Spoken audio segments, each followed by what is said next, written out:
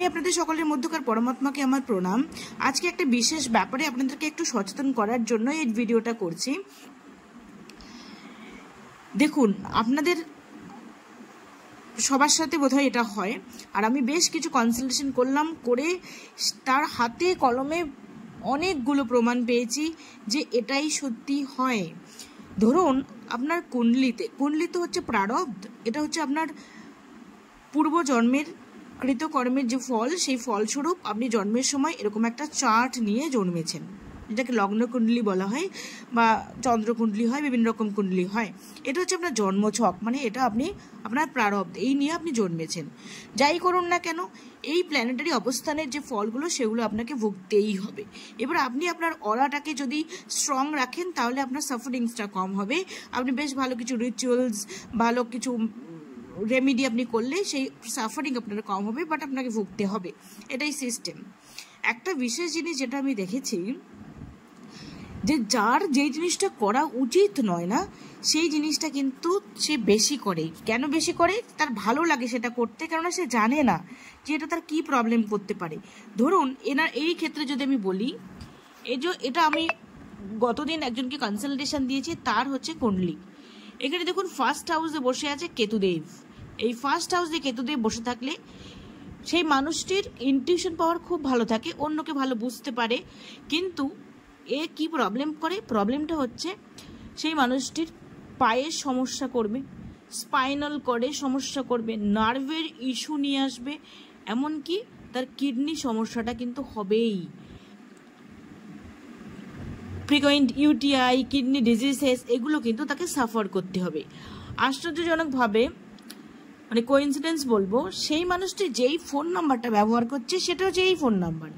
এতে কি রয়েছে দেখুন, আমি একটু চেঞ্জ করে দিয়েছি, কিন্তু জাস্ট কম্বিনেশনগুলো একে রেখেছি কম্বিনেশনগুলো দেখানোর জন্য। এর ক্ষেত্রে দেখুন, এই মানুষটি 6-4 কম্বিনেশনস, তিনটে কম্বিনেশন 6-4, এটা একটা ক্রিয়েট করলো, এটা একটা ক্রিয়েট করলো, এটা একটা ক্রিয়েট করলো, 6-4 কম্বিনেশন।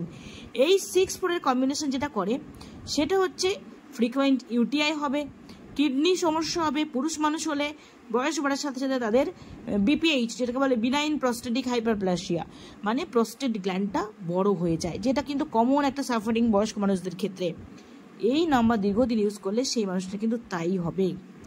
তার মানে এবার ভাবুন, তার কুণ্ডলিতে যেটা রয়েছে তাতে কেতুদেব ফার্স্ট হাউসে বসে থাকার জন্য তাকে রেমিডি করা উচিত, যাতে এই প্রবলেমগুলো তার না হয়।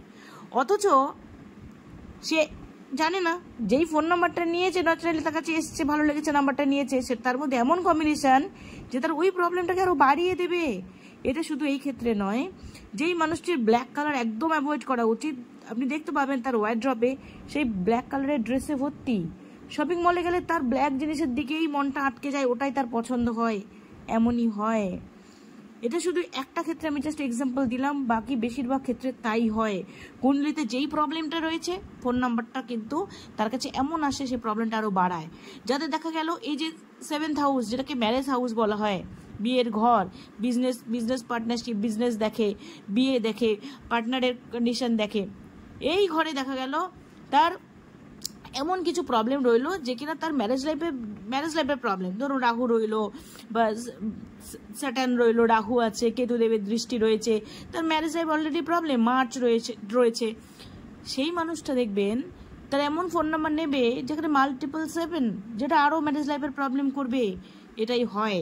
তাই অনেকে বলবে, দেখবেন যে জীবনে শর্টকাট বলে কিছু হয় না, আপনি কঠোর পরিশ্রম করুন, আপনার সফলতা আসবেই। হ্যাঁ, আমিও এটা বিশ্বাস করি। কিন্তু আপনি আপনার সঠিক জিনিসটা না জেনে, যে কোন প্রফেশনটা আপনার জন্য ভালো, বিজনেস করলে ভালো হবে না জবে গেলে ভালো হবে, কি ধরনের কাজ করলে আপনি সফলতা পাবেন, এগুলো যদি আপনি না জেনে গাধার মতো পরিশ্রম করেন না, তাহলে দেখবেন আপনি ঠিক সফলতাটা আপনি পাবেন না। আর যদি একটু গাইডেন্স আপনি পেয়ে যান, সেইভাবে আপনি চলেন, দেখবেন অল্প পরিশ্রমে আপনি সফলতার চরম শিখরে পৌঁছে যাবেন। তাই অবশ্যই করে আপনি পরিশ্রম করুন, চেষ্টা করে যান, কিন্তু একটু জেনে নিন, আপনার জন্ম ছকটা একটু অ্যানালাইসিস করে নিন, একটু জেনে নিন, একটু গাইডেন্স নিন, দেখবেন আপনার সফলতা চূড়ান্ত মাত্রায় দেখা দেবে।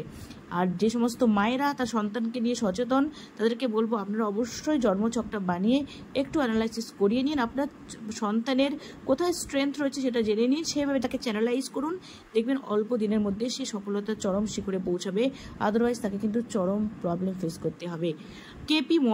কেপি মর্গান বলে একজন বড় মাপের ব্যক্তি আছেন, যিনি বলেছেন যে আপনি যদি মিলিয়নিয়ার হতে চান আপনি ইজিলি হতে পারবেন হয়তো এফোর্ট দিয়ে, কিন্তু আপনাকে বিলিয়নিয়ার হতে গেলে একজন অ্যাস্ট্রোলজারের হেল্প লাগবে।